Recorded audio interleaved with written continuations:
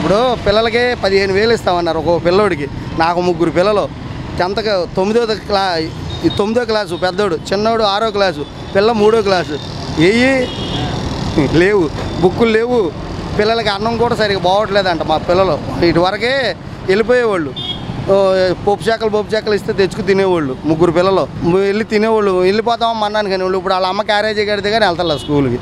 ఏంటమ్మా అంటే బాగోట్లేదమ్మా, పురుగులు ఉంటున్నాయి, అవి ఉంటున్నాయి అని చెప్పని అంటున్నారు. 3 పిల్లలకు కూడా ఇంటికాడ నుంచి క్యారేజీ పంపిస్తున్నామండి. అవునండి. గత ప్రభుత్వంలో ఎలా ఉంది స్కూల్స్? ప్రభుత్వంలో బ్యాగులు 3 ఇచ్చేవాళ్ళు, 3కి బుక్స్ ఇచ్చేవాళ్ళు.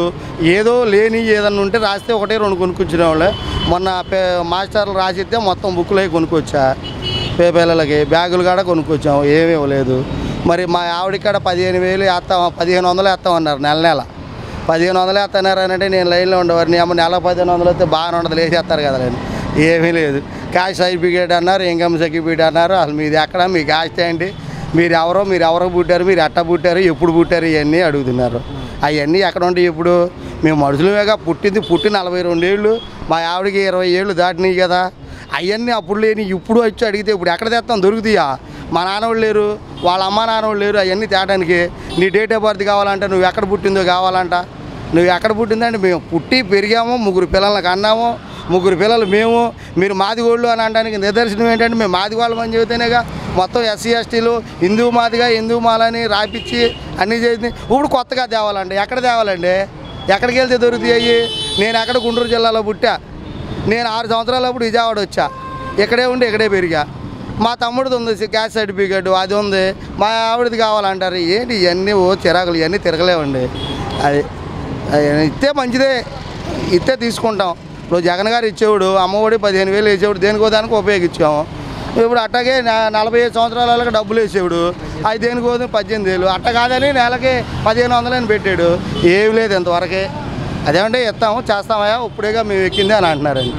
అది కాదండి, చంద్రబాబు నాయుడు గారు కూడా ఈ పథకాలు చూస్తుంటే నాకు భయం వేస్తుంది, ప్రజలందరూ కూడా ఆలోచించుకోవాలంటున్నారు. అది చెప్పాడుగా, మన అసెంబ్లీలో చెప్పాడుగా. మన అన్నింటిలోకి వచ్చింది కదండి. చూసాము 6 మనం సూపర్ 6 అన్నాము, అక్కడ చూస్తుంటే భయం వేస్తుంది అని చెప్పాను అన్నాడు. అయిపోయింది. గ్యాస్ బండ్లు ఏమో మన నాదేళ్ల మనోహర్ గారు గ్యాస్ బండ్లు ఈ సంవత్సరం ఇస్తలేదన్నారు. నారా లోకేష్ గారు ఏమో చర్చిచ్చినాక ఏదో ఒకటి చేద్దామని చెప్పాను అన్నారు. అన్నీ టీవీ వస్తున్నాయండి. ఇవాళ జనాలు ఎవరు అమాయకులు లేరు, పిచ్చోళ్ళు లేరు, అందరూ తెలివైన వాళ్ళే. కనీసం చదువు కానివాడు కూడా స్మార్ట్ ఫోన్ ఉంది, అన్నీ చూస్తున్నారు, అన్నీ గమనిస్తారు. అది చేసుకుంటూ వెళ్తే మంచిది, చేయకుండా వెళ్తే ఇది. జగన్ గారు పెట్టిన వేళ అప్పుడు ఎందుకు పనికిరావు, వెళ్ళామంటే అడుక్కోవడానికి డబ్బాలు అన్నారు. ఆ డబ్బాలు వాళ్ళు పనికొచ్చినాయి. ఆ డబ్బాలు లేకపోతే వాళ్ళ వరదల్లో ఉండే జనాలకి మనం సహాయం తెస్తాను కానీ, బియ్యం తెస్తాను కానీ ఏమి ఉండేది కాదు. వీళ్ళు వెళ్ళి ఇవ్వాలంటే ఇచ్చేవాళ్ళు కాదు. ఆ జగన్ గారు ఇచ్చిన డబ్బా వ్యాన్లు, రేషన్ వ్యాన్లు అవి ఎందుకన్నారు చూడు, అవి వాళ్ళు పనిచేసినాయి. జనం అందరూ బాగా అది ఒకటి మెచ్చుకుంటున్నారు. అదే మరి ఆ వెహికల్ని ఇప్పుడే తీసుకురావటం ఏంటంటారు? ఇప్పుడు కావాలండి గవర్నమెంట్కి. జగన్ గారు పెట్టిన వెహికల్ ఇప్పుడు అవసరం వచ్చినాయి, ఇప్పుడు లాక్కొచ్చారు బయటికి. ఇప్పుడు వాటితో అవసరం వచ్చింది కదా, ఆ వెహికల్ ఇప్పుడు కావాల్సి వచ్చినాయి. మామూలుగా జగన్ పిచ్చేవాడు, మెంటలోడు, వేర్రోడు, ఆయన మైత్రిజం లేదని చెప్పని అంటున్నారు కదా మంత్రులు, మినిస్టర్లు వాళ్ళందరూ. వాటిని పక్కన పడేసి కొత్త వ్యాన్లు తెచ్చేవచ్చు కదా. ఇప్పుడు జగన్కి చిన్న మెదడు చితికింది, వయసు రాలేదు, అది రాలేదు, ఈ రేపు జగన్ని తిడుతున్నారు. మంత్రులు తిట్టినాయి, ఎవరైనా తిట్టినాయి, ప్రభుత్వం ఎవరైనా కానీ ఒకళ్ళొకళ్ళు ముట్టుకోకూడదు. కొత్త వ్యాన్లు తెచ్చి అసలు ఈ వ్యాన్లు ముట్టుకోకూడదు కదా. ముట్టుకోకుండా కొత్త వ్యాన్లు తెచ్చేసి ఇప్పుడు సచివాలయాలకు తీసేసేసి అన్న క్యాంటీన్లు పెట్టారు. అట్లాగే వ్యాన్లు కూడా కొత్తవి తెచ్చి లైన్ వదిలితే అప్పుడు బాగుండే, జనం మెచ్చుకునేవాళ్ళు. జనాలకి తెలీదా? అవన్నీ కరెక్ట్ అయిన మాటలేనండి. ఏ ఛానల్ అయినా కానీ ఏదన్నా రాజు కానీ లేకపోతే ఇంకోటి ఏదన్నా చేయని, ఎట్టన్నా చేయని, అవి ఉన్నట్టు చెప్పాలి, ఉన్నట్టు చేసుకుంటూ పోవాలండి. లేనిది ఉన్నట్టుగా, ఉన్నది లేనట్టుగా. ఇప్పుడే బురద లేదు, ఇక్కడ బురద తీసి నీ మీద వేసానంటే అది కుదిరిద్దండి, కుదరదుగా. అక్కడ బురద ఏది? బురద ఉండాలిగా నీ మీద వేసానంటే ఆయనకు రుజువు లేకుండా ఇవన్నీ చెప్పుకునే కాదండి. ఉన్నట్టు మీడియా వాళ్ళు రాయాలి, ఉన్నట్టు చెప్పాలి.